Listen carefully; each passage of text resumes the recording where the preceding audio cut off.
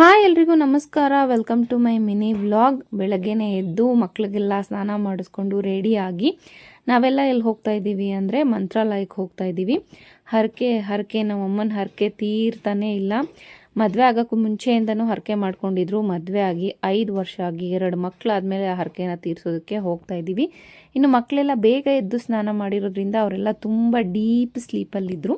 ಇನ್ನು ನಾವು ಹೊರಗಡೆ ವ್ಯೂನ ಎಂಜಾಯ್ ಮಾಡಿಕೊಂಡು ಹೋಗ್ತಾ ಇದ್ವಿ. ಹೋಗ್ತಾ ಗೊತ್ತಾಗಲಿಲ್ಲ, ಬಟ್ ಆಂಧ್ರಾಗೆ ಎಂಟರ್ ಆಗಿದ ತಕ್ಷಣವೇ ಶುರುವಾಯಿತು ನೋಡಿ ಬಿಸಿಲು. ಎಲ್ಲರೂ ಇಲ್ಲಿ ಹೆಂಗಿರ್ತಾರಪ್ಪ ಅಂತ ಅನ್ನಿಸ್ಬಿಡ್ತು. ಮಲಗಿದ್ದಿದ್ದ ಮಕ್ಕಳೆಲ್ಲ ಎದ್ದು ಅಳೋದಕ್ಕೆ ಸ್ಟಾರ್ಟ್ ಮಾಡಿಬಿಟ್ರು, ಅಷ್ಟು ಬಿಸಿಲಿತ್ತು.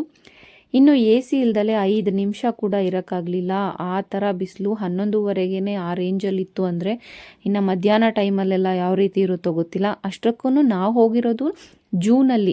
ಇನ್ನು ಬೇಸಿಗೆ ಟೈಮಲ್ಲಿ ಹೋಗಿದ್ರೆ ಯಾವ ರೀತಿ ಇರ್ತಾಯಿತ್ತು ಅನ್ನೋದೆಲ್ಲ ಥಿಂಕಿಂಗ್ ಬರ್ತಾಯಿತ್ತು. ಅದ್ರ ಮೇಲೆ ಇನ್ನೊಂದು ಚಿಂತೆ ಅಂದರೆ ದರ್ಶನಕ್ಕೆ ಅಲ್ಲಿ ಜನ ಬೇರೆ ಜಾಸ್ತಿ ಇರ್ತಾರೆ. ಬೇಗ ದರ್ಶನ ಆದರೆ ಸಾಕು, ಮಕ್ಕಳನ್ನ ಬೇರೆ ಕರ್ಕೊಂಡು ಹೋಗಿದ್ದೀವಿ. ಅವು ಅಳ್ತಾ ಇರ್ತವೆ, ದರ್ಶನ ಬೇಗ ಆದರೆ ಸಾಕು ಅಂತಲೇ ಅಂದ್ಕೊಂಡು ಹೋಗಿದ್ದು. ಸೊ ಪಾರ್ಕಿಂಗಲ್ಲಿ ಕಾರನ್ನು ಹಾಕಿಬಿಟ್ಟು ಈಗ ದರ್ಶನಕ್ಕೆ ಹೋಗ್ತಾ ಇದ್ದೀವಿ. ಅಲ್ಲಿಗೆ ಬಂದಿದ ತಕ್ಷಣನೇ ಏನೋ ಒಂಥರ ಪಾಸಿಟಿವ್ ಫೀಲ್ ಬರುತ್ತೆ, ಒಂಥರ ನೆಮ್ಮದಿ ಫೀಲ್ ಆಗುತ್ತೆ. ಒಳಗಡೆ ಹೋಗಿದ ತಕ್ಷಣನೇ ಮಧ್ಯದಿಂದಲೇ ದಾರಿಯನ್ನು ಮಾಡಿಕೊಟ್ರು, ಮಕ್ಕಳಿದ್ದಾರೆ ಅಂತ ಹೇಳ್ಬಿಟ್ಟು.